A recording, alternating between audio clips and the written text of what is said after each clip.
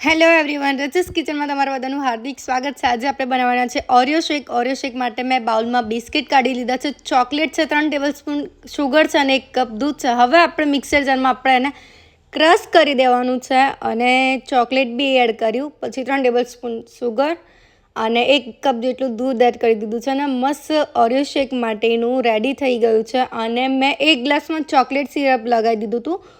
તમારી પાસે ના હોય તો તમે સ્કીપ કરી શકો છો અને તમે જોઈ શકો છો કે સરસ મજાનો મારો ઓરિયો શેક રેડી થઈ ગયો છે।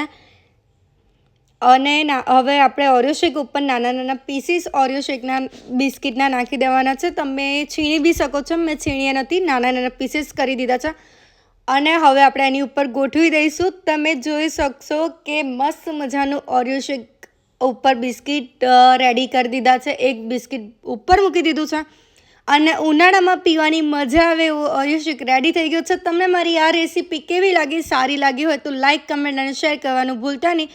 ચેનલમાં નવા હોય તો જલ્દી સબસ્ક્રાઈબ કરી દો। મળીશ એક નવી રેસીપી સાથે, ત્યાં સુધી બાય બાય।